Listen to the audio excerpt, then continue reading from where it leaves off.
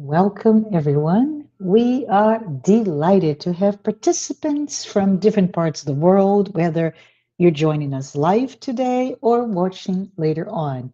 Thank you. Thank you so much for joining the Spiritist Talk series, which is promoted by the U.S. Spiritist Federation every Saturday at 11 a.m. Eastern Time. I am here delighted to host this talk presented by João Korngold, who will be speaking on the topic loving life. Love the topic, João. But let's give João a very warm welcome. And before we begin, please allow me to introduce him. João began studying Spiritism more than 30 years ago. Yes, 3 decades ago, and has been very active as one of the directors of the mediumship Spiritist meetings at SGNY. Sorry, João, SGNY for the past 20 years. He's also responsible for the study groups focusing on the basic books by Spiritism and on the Andre Luiz Collection. João gives talks on Spiritism in both English and Portuguese. He's an engineer and works as a banker. So, for all of you who are here today, please feel free to send your questions at any time during the presentation using the chat window. João Korngold has set aside time at the end to address your comments and questions. Thank you so much, João. Thank you, Marcia. So today we chose this topic based on this book called Loving Life by Richard Simonetti, because this week the Tri-State Spiritist Federation here in the region, New York, Connecticut, and New Jersey, is celebrating the 27th Spiritist Week, and the theme of the week is suicide prevention. So we are talking here in the region with several different lectures and presentations and talks throughout the region in the different Spiritist centers on the subject of suicide. And when we talk about suicide, which is a very challenging subject, very difficult subject to approach for many people, for those that lost loved ones, for those that have gone through this challenge, this struggle in this life or in past lives, because many of us are suicides from past lives or were involved in losing loved ones to suicide. It's always a challenge to talk about the subject. And in the Spiritist literature, the best book to study and learn more about the consequences of suicide in the spiritual world is the book by Ivone Pereira, Memoirs of a Suicide, by the Spirit Camilo Castelo Branco. But it's a dense book. It's a big book, difficult. A lot of people have difficulty in studying and reading the book. I highly recommend. I think it's a wonderful book that has, for those that are serious and interested in studying Spiritism and going deeper into understanding life in the spiritual world and the consequences of our actions here, it's important that we read and study the book. But Loving Life, it's a different book, because Richard Simonetti, for those who don't know him, he's well known outside Brazil for the book Who's Afraid of Death, that has been published in English for a very long time, sold a lot of copies throughout the world. So he's well known for that book. This was the last book that he wrote before discarnating in 2018. And we at the United States Spiritist Federation and Spiritist Group of New York had the privilege of translating this book and publishing right before he returned to the spiritual world. And Richard Simonetti, first, he's not a medium. He was not a medium, so this is not a psychographic book. This is a novel that he wrote based on real cases, but that he adapted for a book telling a story. We're not going to cover the book here because our objective here is to talk about the beautiful messages that Richard Simonetti left to us.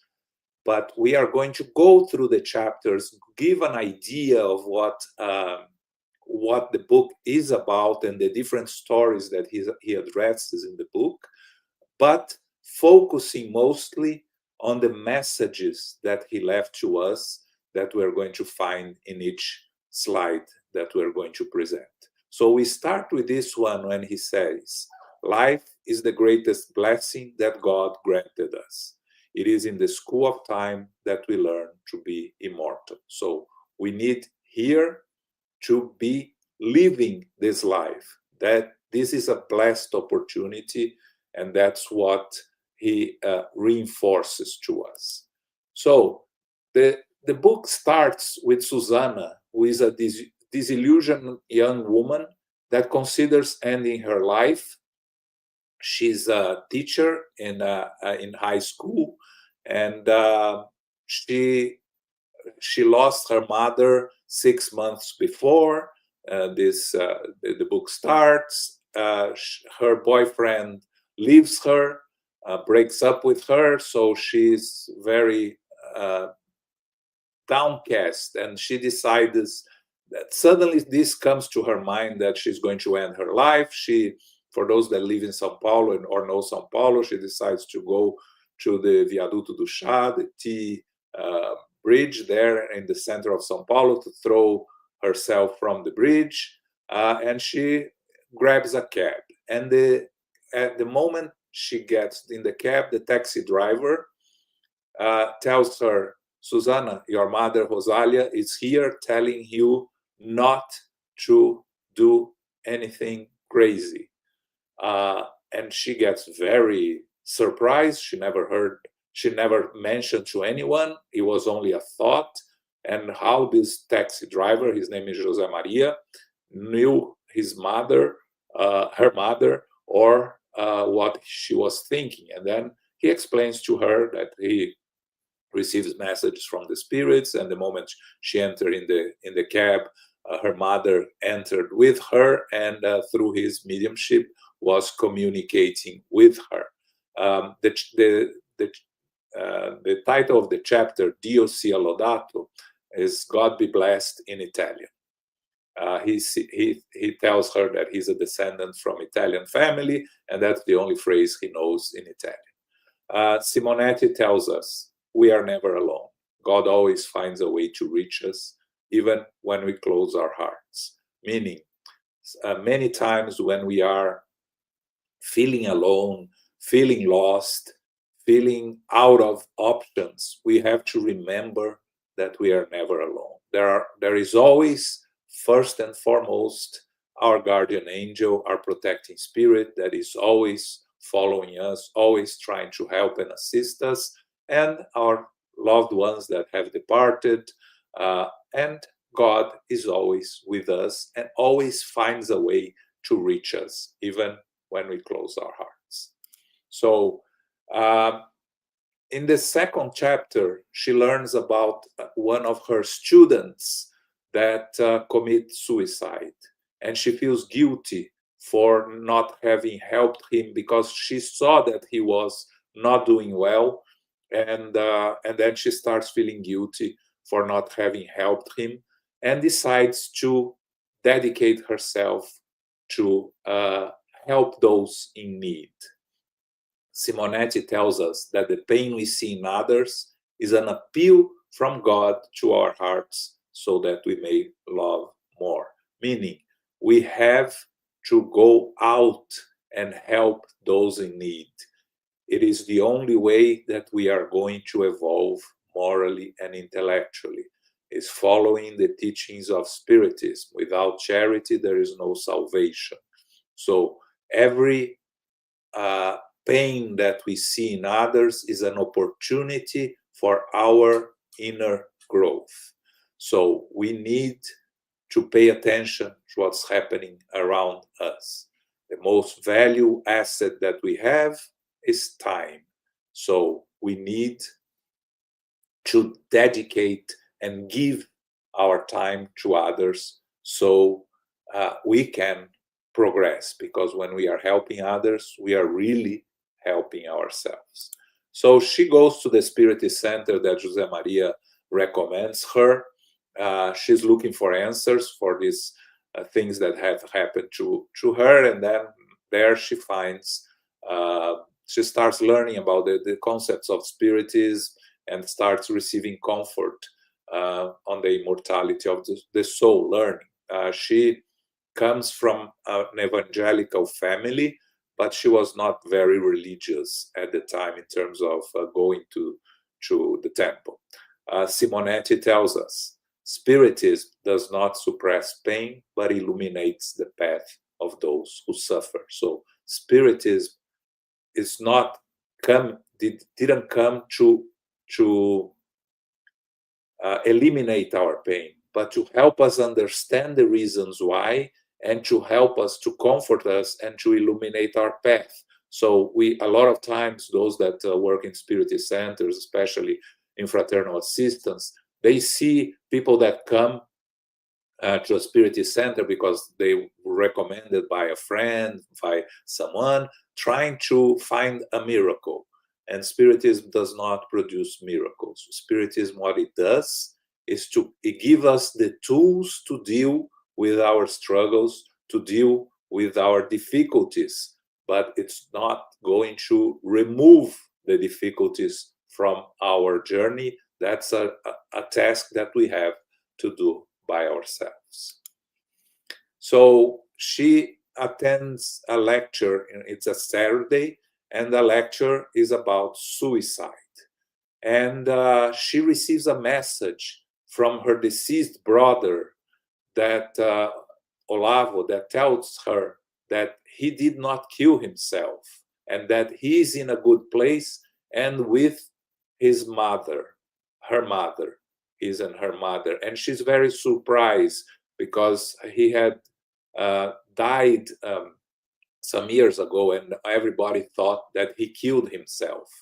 So she was very surprised to hear from him through José Maria, the medium, that he didn't kill himself, and especially that he was in a good place. So that was a comfort to her. Simonetti tells us, and that's very important, that the revelation from the beyond is not a spectacle. It is consolation, a lesson of love, and responsibility. A lot of people go to Spiritist centers, to mediums, to psychics, interested in the spectacle and not really interested in the message.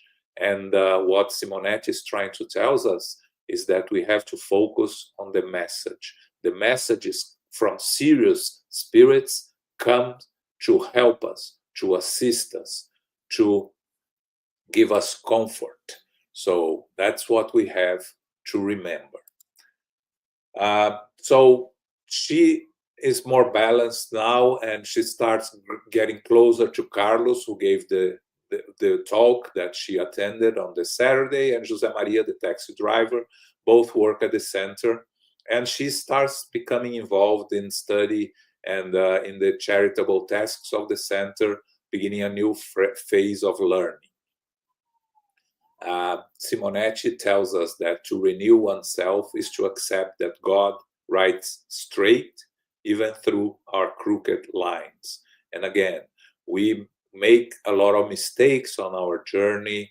We hesitate, we doubt ourselves, we question ourselves, but the message that Simonetti reminds us is that God is in control. God knows what's best for us. Even if we don't know what's best for us, God knows what's best for us, and it's going to give us always what we need, not necessarily what we want.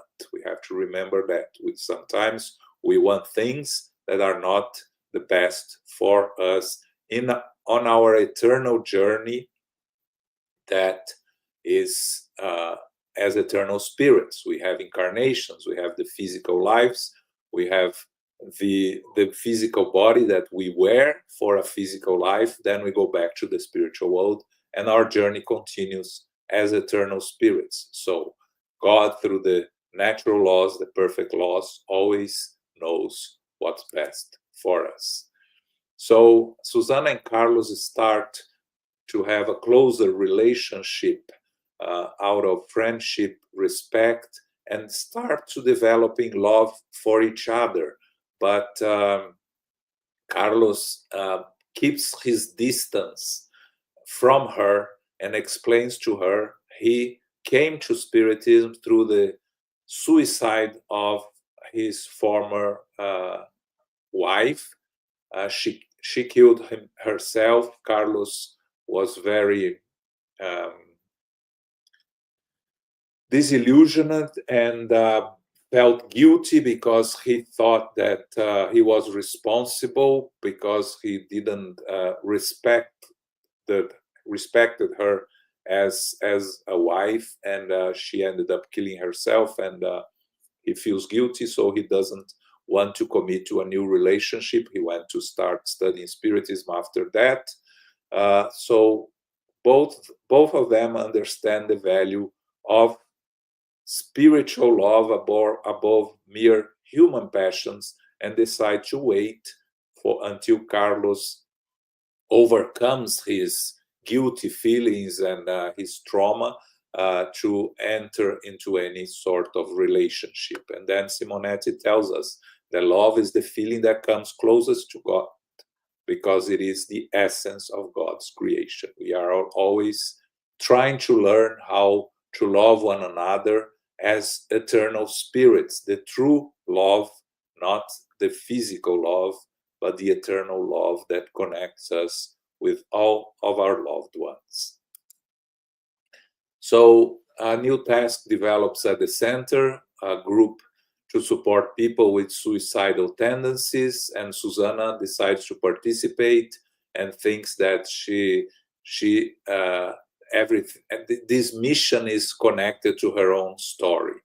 Simonetti tells us, those who occupy themselves with easing someone else's pain find healing for their own wounds. So what happens many times is that we think that our problems are the worst problems in the world, and when we go out and we find other people's problems and try to help and find interest in other people's problems, we'll find that our problems are just problems. They are not the worst thing that is happening in the world, that everything is, we have the ability to overcome everything, as Mother Mary told Chico Xavier once when he was struggling a lot. She sent a message to him, everything passes, this will also pass, which is something that we have to always remember when we are facing some challenges, some difficulties. All the problems we have in our lives are temporary, and they will end, and they will serve as learning opportunities. How we face these problems is what is going to make us grow more or less according on how we react. Resignation, acceptance. Again, resignation here, Spiritism teaches us, is active resignation, trying to fight and overcome the problem with all our strength and all our possibilities, but understanding that if we cannot, we have to accept, we have to resignate ourselves. And then this very interesting chapter, this letter that comes through the Spiritist Center, and they take to this doctor who is in despair and plans to commit suicide, but is deterred by a letter psychographed by his discarnated wife. They go to his house. He never talked to anyone about it. He's very surprised. He was trying to commit suicide disguised as a heart attack, and he's very surprised to receive this letter from his discarnated wife. Simonetti tells us here to remind us that death does not destroy feelings, only purifies them. So the letter, this wife tells the doctor, continue to do your work. Our separation is temporary, but if you go ahead with this act that you are thinking, then the separation will be much longer and the reunion much more difficult. Because again, death is just a passage from this plane of existence to another plane of existence. There is one phrase that I found from Emmanuel when I was preparing this presentation. In the book, it's not translated into English. The book is called Messages from the Beyond, and the chapter is Immortality. And Emmanuel tells us, my son, you will leave death as many times as necessary. You face death as many times as necessary, but you will never leave life. Life is eternal. It's a reminder for all of us. This is a very interesting chapter of an obsessor who was a victim in a past life and is assisted during a mediumistic meeting, gives a communication, and is guided through the dialoguer to understand what happened to him. And it's very interesting because he's communicating through one medium and his father communicates through another medium and talks to him, and through the conversation he liberates himself from the chains of hatred and revenge. Simonetti tells us that to forgive is to free the other from the prison of resentment and to discover that we ourselves were the prisoners. Again, we carry this hatred, this desire of revenge towards others that sometimes do not even know or are aware of this hatred that we have, or it's irrelevant to them, but we are carrying this and causing harm to ourselves, poisoning ourselves.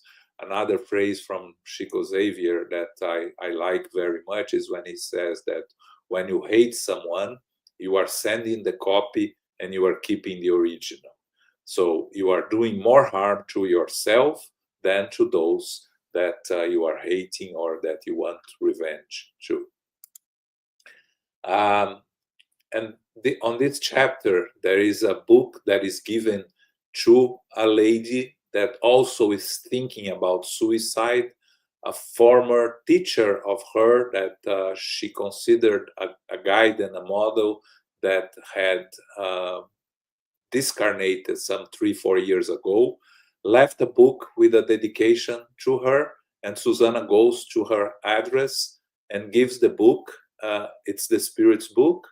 The teacher left the book at the Spiritist Center. The book was left there for 3 years. Susanna tells her, apologizes, tells that the book was lost, and then she opens the book. There is a dedication, an inscription, dedicatory message from the teacher telling her about the importance of the book, the importance of the lessons that he learned from the book. She's very surprised. She, of course, never read the book, and this starts reading the book and becomes very impressed, and of course changes her mind about committing suicide. Simonetti tells us, no one crosses our path by accident. Every meeting is a lesson, every affection a blessing. Again, the importance of the people that are present in our lives, that sometimes we think they are important, sometimes we don't pay much attention to them, but all of them are important. If they are present in our lives, it's because it's relevant to our journey. This chapter, it's very interesting. I'm not going to go much further into it. talks about questions of gender, which is a subject so much in discussion these days. So the Spiritist Center group goes to a school to support a young man struggling with his own gender identity. And they discuss the question of gender. Simonetti explains very well the importance of us, of acceptance, of understanding, of knowing more about our journey as eternal spirits, that in order not to be to have prejudice, discriminations about anyone on any of their choices. They are all choices made based on their own journeys. So they are able to help these young men, and they're able to help the parents who are having a lot of difficulty in accepting this young boy choice. So this young boy, a boy, but felt like a girl throughout his life since he was born, and he was having a lot of trouble in dealing with this. Of course, there is a lot of discriminations, lots of persecutions. He felt a lot of issues. So it is a very good chapter 12, to read and study about gender for all those that want to learn more about this difficulty. Simonetti covers the subject very brilliantly, in my opinion. And he leaves a message for us here. Those who pray open windows in the soul through which the rays of divine love penetrate. So when we pray, we open ourselves to the help and assistance of the spiritual benefactors of God and all our loved ones. On this chapter, that is the story of a bedridden man being influenced by obsessors. He's kind of paralyzed. He's looking for assisted suicide. He wants to kill because the medicine kill himself, because medicine cannot find a solution to his problem. Through communications in the Spiritist Center, they receive messages that these are obsessors trying to force him to commit suicide, of course, because of past actions, past lives. And through conversations and through education, he's freed from these harmful influences, these obsessors, and he recovers completely. And he's also a doctor, goes back to work in the hospital. So Simonetti tells us that the servant of Christ seeks no reward. His or her joy is in being able to serve. Why is he telling us this? Because we have to remember that Jesus told us, do not let your right hand know what your left hand is doing. Meaning, when we are out there trying to help others, we shouldn't be looking for earthly rewards. We should be looking for our inner growth and our disposition of serving others, because it is what we have to learn, what have to become a part of ourselves. I always remember the famous story by Mother Teresa. When this reporter was interviewing her, she runs out suddenly. The reporter follows her. She goes to a pile of garbage, grabs an old man, puts in her lap, and the old man dies. The reporter tells about the smell, the ugliness of the scene, and he tells her, I couldn't do this even for $1 million. And she tells him, I couldn't do this also for $1 million, only for love. Love is a part of her. It's not something that she has to force herself. It becomes part of us as we evolve. That's what we are looking for. We are not there. We're far from there. But it's by serving others, by helping and assisting others, that eventually we are going to reach a stage where love is a part of us, is not something that we need to force ourselves to do. There is a very interesting conversation in this chapter about suicide bombers, how they the act as a suicide and murder motivated by these ideologies, illusory ideologies, and emphasizes the importance of Spiritism in combating fanaticism, which is the consequence of these ideologies that we follow, the blind faith that we think that only what we believe is right, what everyone else believes is wrong, and that creates this fanaticism that the chapter tells us. The dialogues reveals the importance of forgiveness and of spiritual education. Simonetti tells us that trials are not punishments, but lessons that God's love offers us so we may grow. Trials are opportunities for us to learn and to evolve. Expiations or atonements are consequences of our own past actions that we have to face the consequences. We live in a world of trials and atonements, so we have both in our lives, and how we react to them and how we face the trials and atonements of our lives is what gives us an opportunity to grow faster or more slowly towards our journey as eternal spirits. This chapter talks about a lady that goes to a Spiritist center and receives a beautiful mediumistic communication, and she recorded and she plays for them to listen, and they're very touched by the message. It's helping her overcome her pain, her suffering. Simonetti tells us, do not curse pain. It is the chisel that shapes the angel within you. So all of us have an angel, or the perfect spirit that we will be one day is already inside of us. We just have to chisel it, right? Is that like that famous phrase by Michelangelo, right? When someone asked him how he can build such beautiful images in marble, and he answers, the image is already there. I just remove the excess. So it is, the message for us is the perfection is already inside of us. We just need to find it, to address it, to chisel it, so we can become the perfect spirit that we all will be one day, and that is already inside of us.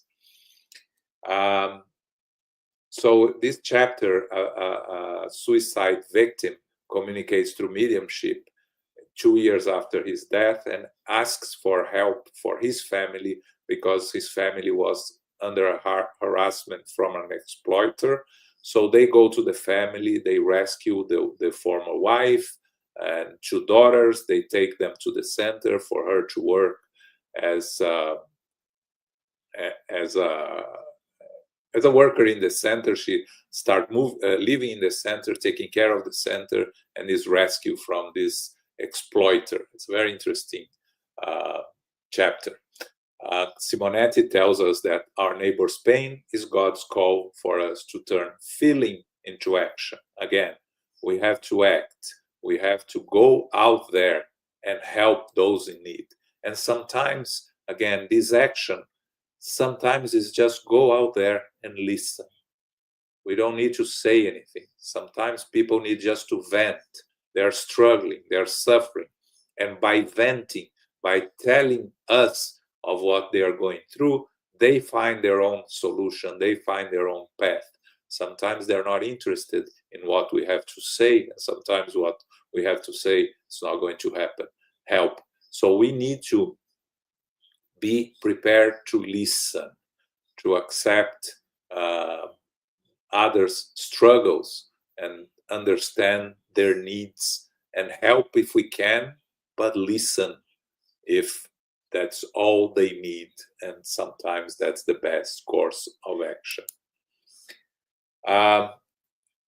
On this chapter, Susanna is moved by one of her students' essay, Lucas, and discovers that he is her nephew. the son of her brother Olavo, remember, that she thought committed suicide and didn't. In the end, she found that he did not commit suicide. He had died 15 years earlier. So she goes and visits Luca's mother and reveals that Olavo, he reveals to the mother that Olavo was actually murdered by his cousin who wished to marry her. Her cousin, not his cousin, sorry.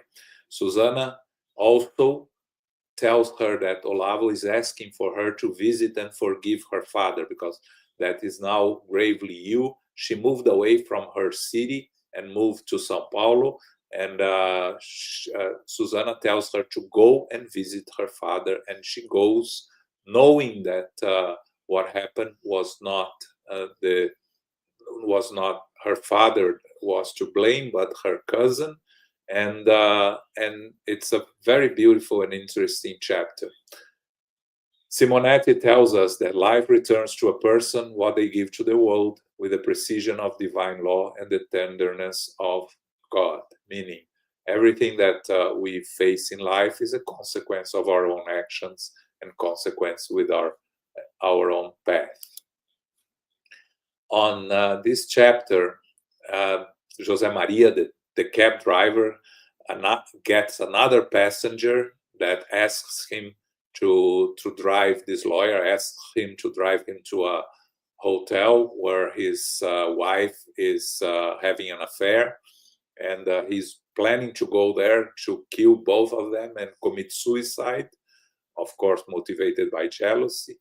But he receives a message from his daughter, discarnated daughter. He had lost his first wife and daughter, and José Maria, the medium, stops and starts giving the message from his daughter. Of course, he's very surprised.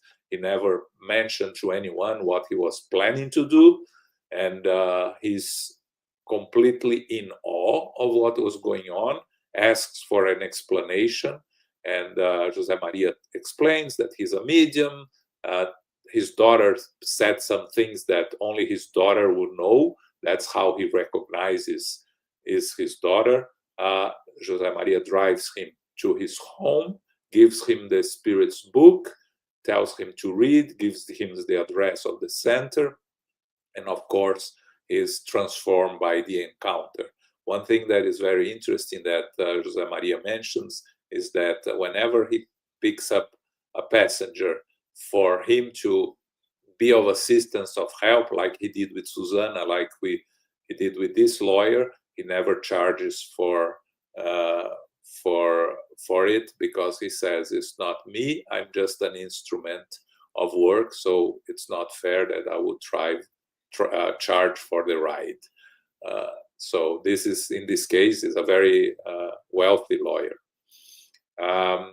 Simonetti tells us to reform oneself is to exchange the shadows of the soul for the light of the gospel. We all carry these shadows in our lives that we struggle with, and when we replace the shadows with the light of the gospel, we allow the gospel to go inside of us, we evolve, we learn, and we find healing for ourselves. The next two chapters are a case of two quadriplegic people.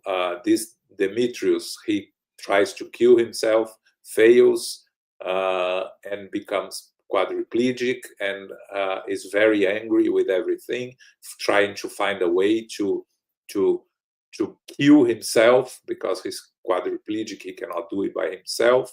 And the group visits the house, starts reading the gospel according to Spiritism, starts helping him, and helps him finally forgives himself and finally accept what he did. And eventually, not long after they help him, he discarnates and goes back to the spiritual world in a better state, as they talk, without having to spend time at the lower zones. And Simonetti reminds us that there is always someone on the other side of life rooting for us. Our loved ones that depart before us will be waiting for us, rooting for us, trying to help and assist us. We only have to pay attention. And the next chapter is also a woman that attempted suicide called Solange, but immediately after she receives assistance from Spiritist group, and she finds she also attempted suicide to a heartbreak like Susanna was thinking of, but she transformed herself very quickly, and she transforms her physical limitation into a work tool for good through social media. She starts being very active on Facebook, addressing people with the same thoughts, with the same inclinations that she had, and in a very positive way, she starts falling in love with a physical therapist that is helping her, and vice versa. So it's a way of facing the challenges of the situations that we find ourselves in front of us. The two chapters show the difference, the same situation faced with different points of view, with different dispositions. Simonetti tells us, love is God's language. Once you learn it, you never get lost. So in chapter 22, they talk about indirect suicide, so which is things that we do to ourselves that cause our life to shorten. If you remember Andre Luiz in the book No Solar, in the very beginning, spirits, when he's in the lower zones, call him suicide. He doesn't understand. He didn't commit suicide. He died of cancer, and he learns later, because of his lifestyle. His lifestyle contributed to his premature death. That's why he was being called indirect suicide. And in this case, is a patient who is in terminal with emphysema, and he already is at a stage that he understands the consequence of his actions, that he's going through what they call unconscious suicide brought about by his addiction. And they talk a little bit about the consequences, going back to the spiritual world, with this very spirit affected by what happened to what he did to himself, and that we would require a treatment, a prolonged treatment in the spiritual world. And in future reincarnations, he will face consequences also, respiratory limitations that will be designed to restrain his tendency to fall back into the same addiction. He will be tempted, because that's how we learn that if we really overcame the addictions, but he will have the ability to fight against it. Simonetti reminds us that faith does not dispense with reason, it enlightens us. Rational faith that Spiritism talks to us all the time. We have to understand why we have faith, why we believe. Blind faith, it's not what helps us, because if you have blind faith, you can change it if someone convinces you differently. If you have rational faith, nothing is going to change what you believe. And then you remember that Carlos was struggling with his wife's suicide. He blames himself. And it's very interesting, because, you know, he's a worker at the Spiritist Center. He's in close contact with José Maria, but he never received any message from his discarnated wife, right? He goes to give a talk in another Spiritist Center in another state. And there, when he's there, he receives a message through a medium that he never met in his life. He receives a message from his discarnated wife telling him to get rid of his guilt, that he was not responsible for what she did to herself, and that he's free to live his life. And it's very interesting, because we understand the importance of him receiving the message in a strange place, not in a strange place, but in another Spiritist Center. Because, of course, if he received the message through José Maria, he would doubt the message. because Jose Maria knows his story very well. So his wife giving a message through a complete stranger in a different Spiritist center, of course, in a serious Spiritist center, makes him more open to receive, accept, and believe that the message is coming from his discarnated wife. And this case symbolizes the power of love in the mediumistic work. Simonetti tells us that where there is love, there is light, and where there is light, there is God.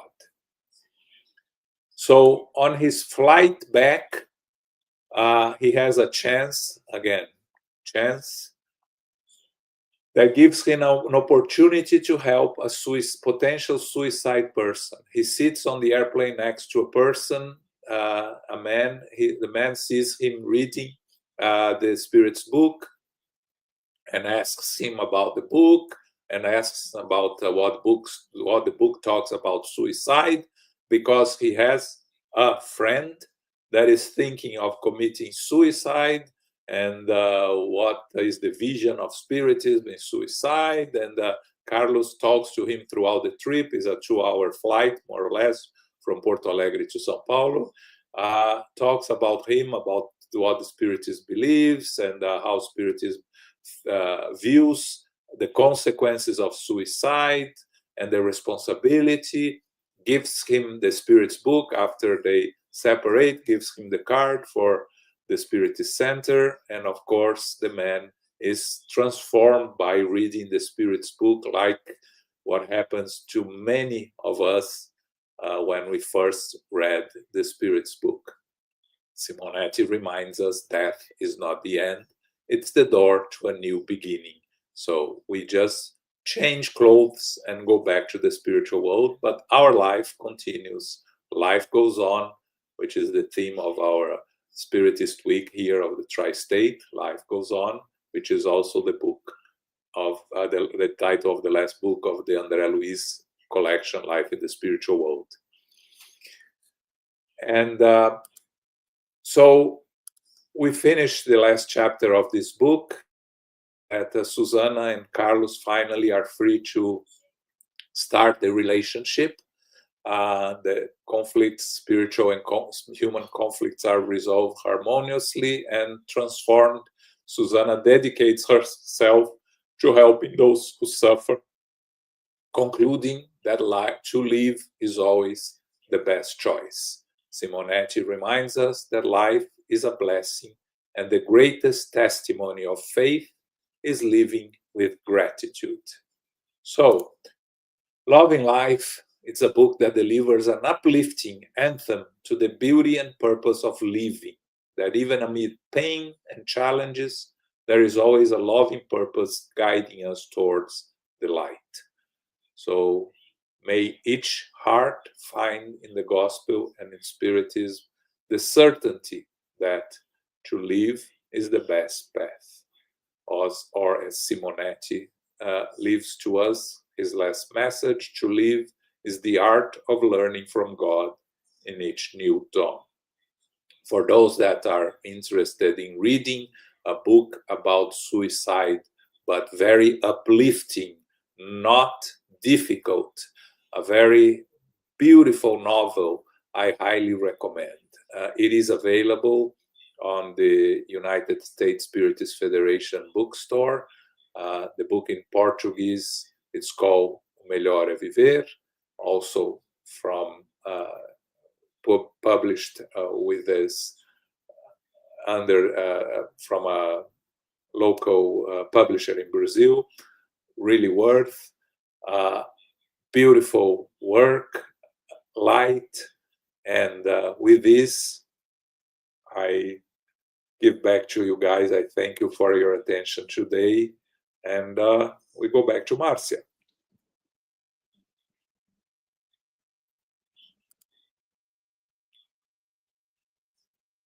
Thank you. Thank you so much, João. What a beautiful book. I have not read it, so I have many of the Simonetti's books, but I have to get this one. Absolutely. Thank you. And I want to also thank everyone who's here with us today and those who join us on a weekly basis.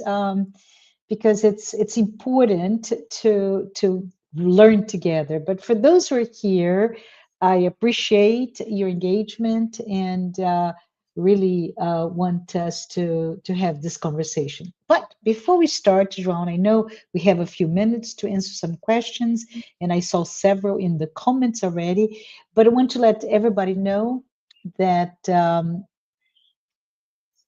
we have some comments, right? And we invite all of you to follow us on our social media channels and stay updated on the upcoming events. As you can see, you can follow through those various channels there. And the U.S. Spirits Federation is busy doing lots and lots of work, including this one. But let's also not forget to visit the USSF bookstore at spiritistbooks.us, where you can find just a wide selection of Spiritist books, including this one, right, Joan? And there's several new, exciting new releases there for anyone to get it. And if you work with Spiritist youth or interested in educational resources, be sure to explore the Family, Youth, and Children's Spiritist Education, or FIXI, website at Spiritism Kids US, where you can discover amazing materials and ideas for those youth educators. And let us take a moment to check out the Be My Hope app, which offers inspiring daily messages to uplift our spirit. It is available for free on both App Store or Google Play. And on the screen, we should all note that there is this QR code. If you want to help the U.S. Spirits Federation produce more publications and promote Spiritism for everyone, scan the QR code on screen for your donation. And I'd like to, at this point, turn our attention to our comments, our questions, and there's still time. Go ahead and submit yours and share thoughts. So let's go ahead and get started. Okay, Joan, are you ready? We have one for you saying, Joan, you mentioned that Simonetti begins by reminding us that life itself is the greatest blessing God has entrusted to us. How does recognizing life as a sacred divine gift reshape the way we face moments of despair or deep emotional pain? I think the knowledge that Spiritism brings to us, right?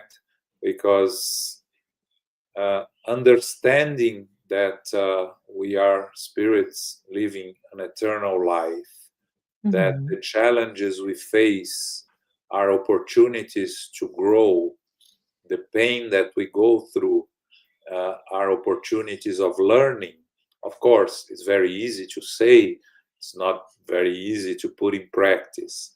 mhm, But if we have the conscience that everything is there for a reason, that is an opportunity for us to grow, an opportunity for us to learn, and resort to prayer, to patience, to active resignation, we can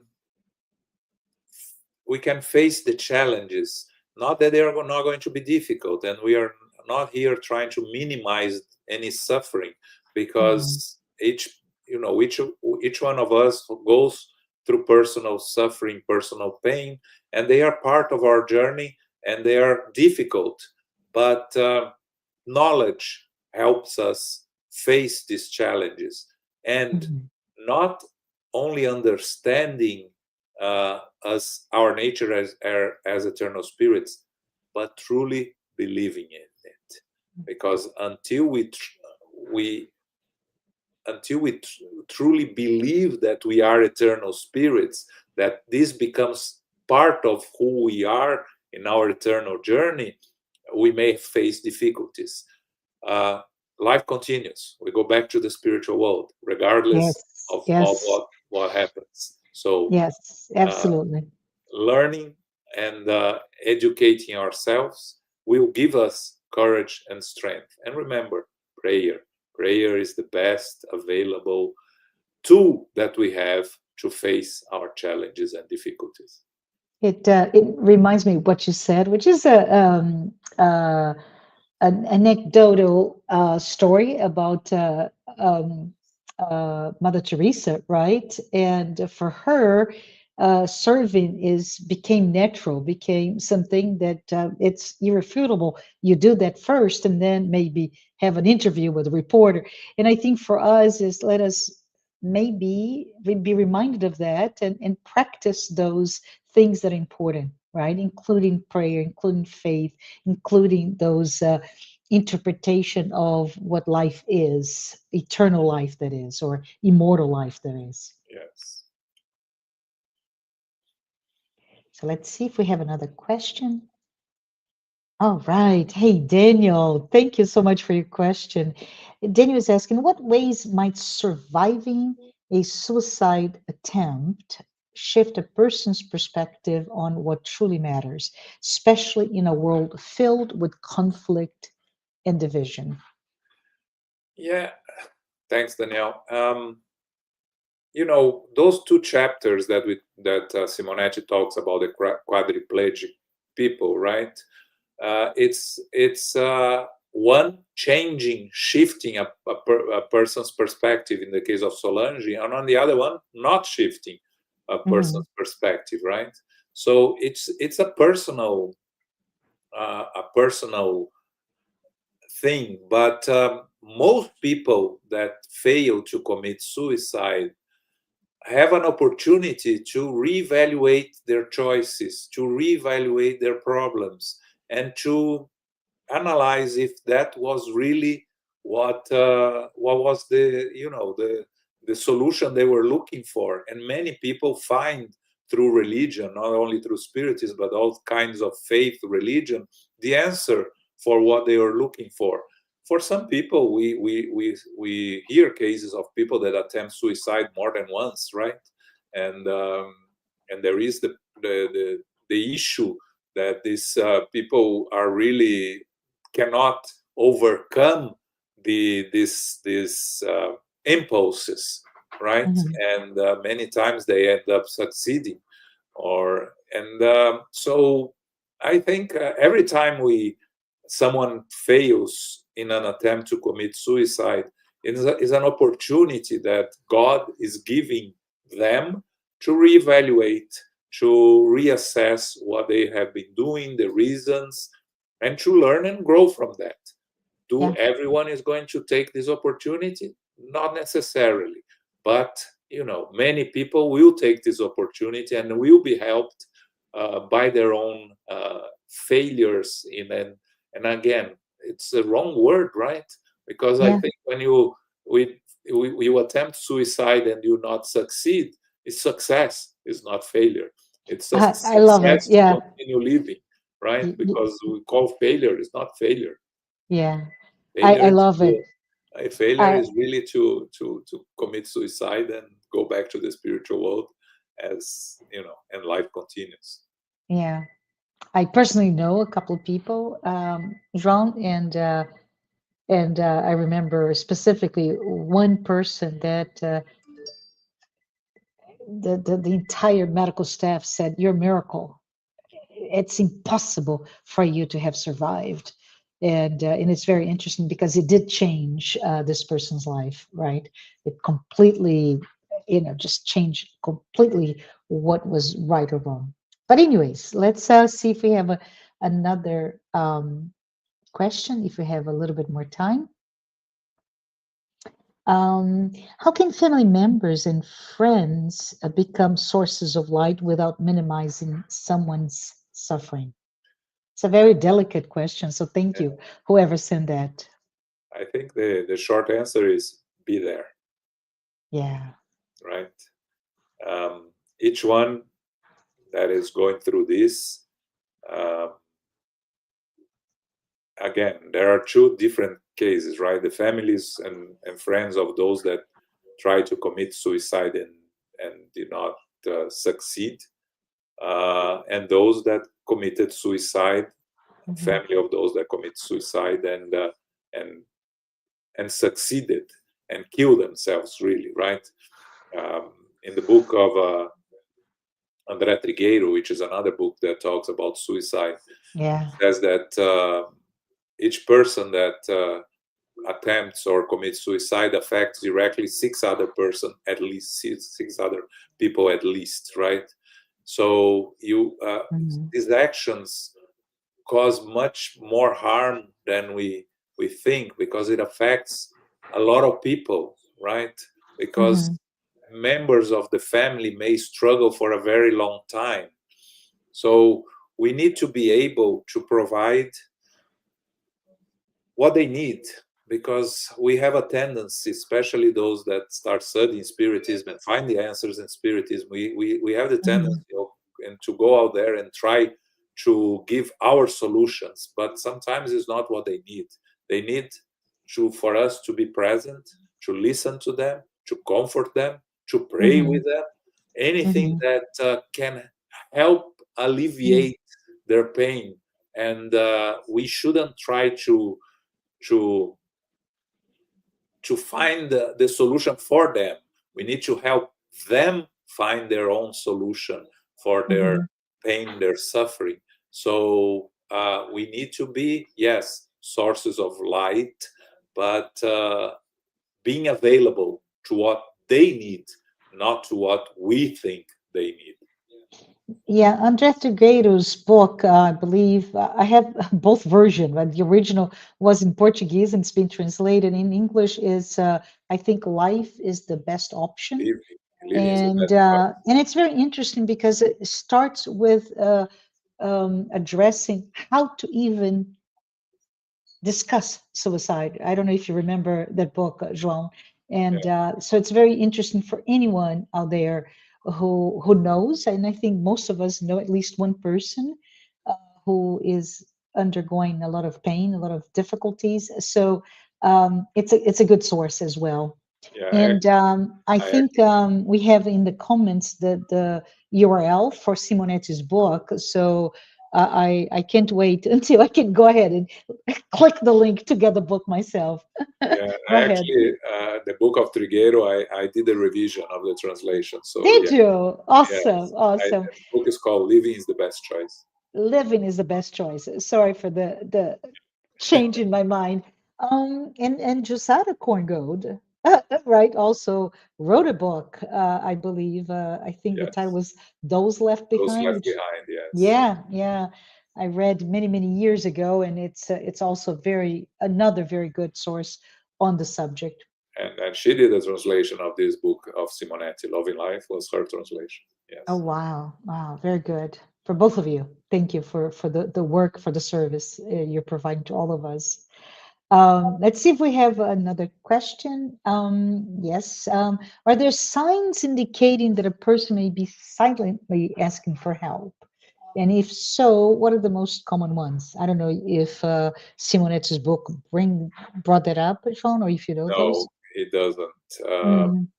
But and it's difficult because sometimes sometimes we can't find the signs, right?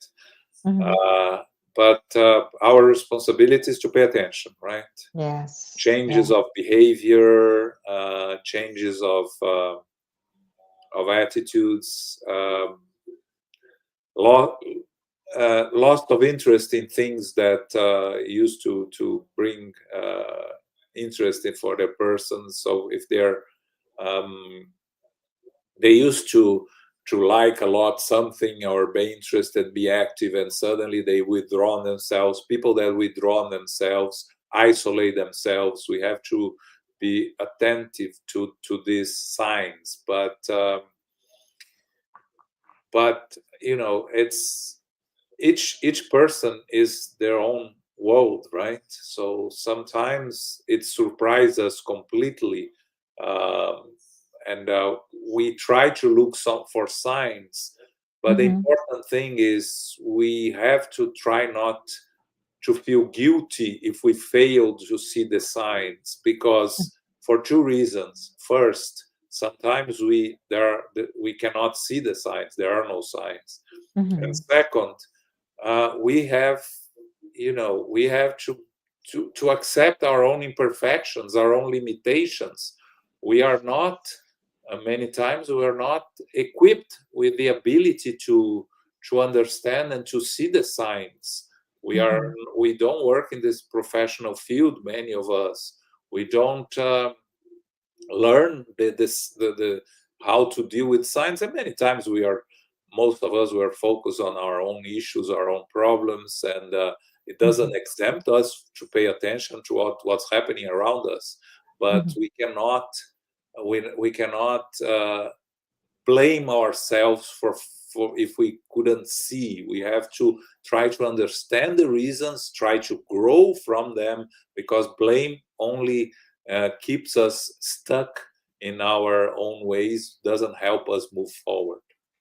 Yeah, I absolutely agree with you. And from what I would say, the change of behavior, Joan, it is either spectrum, right? So if I'm an introverted person and all of a sudden I become really the opposite, maybe there's a trigger there. Or if I've been sad for years and years and there's a sudden happiness, and this is from memory now on Trigueiro's book, it may mean that the person made a decision. It's like all the worry that I'm going through, the root cause of my pain is going to be done because of the false idea that I will be able to stop that.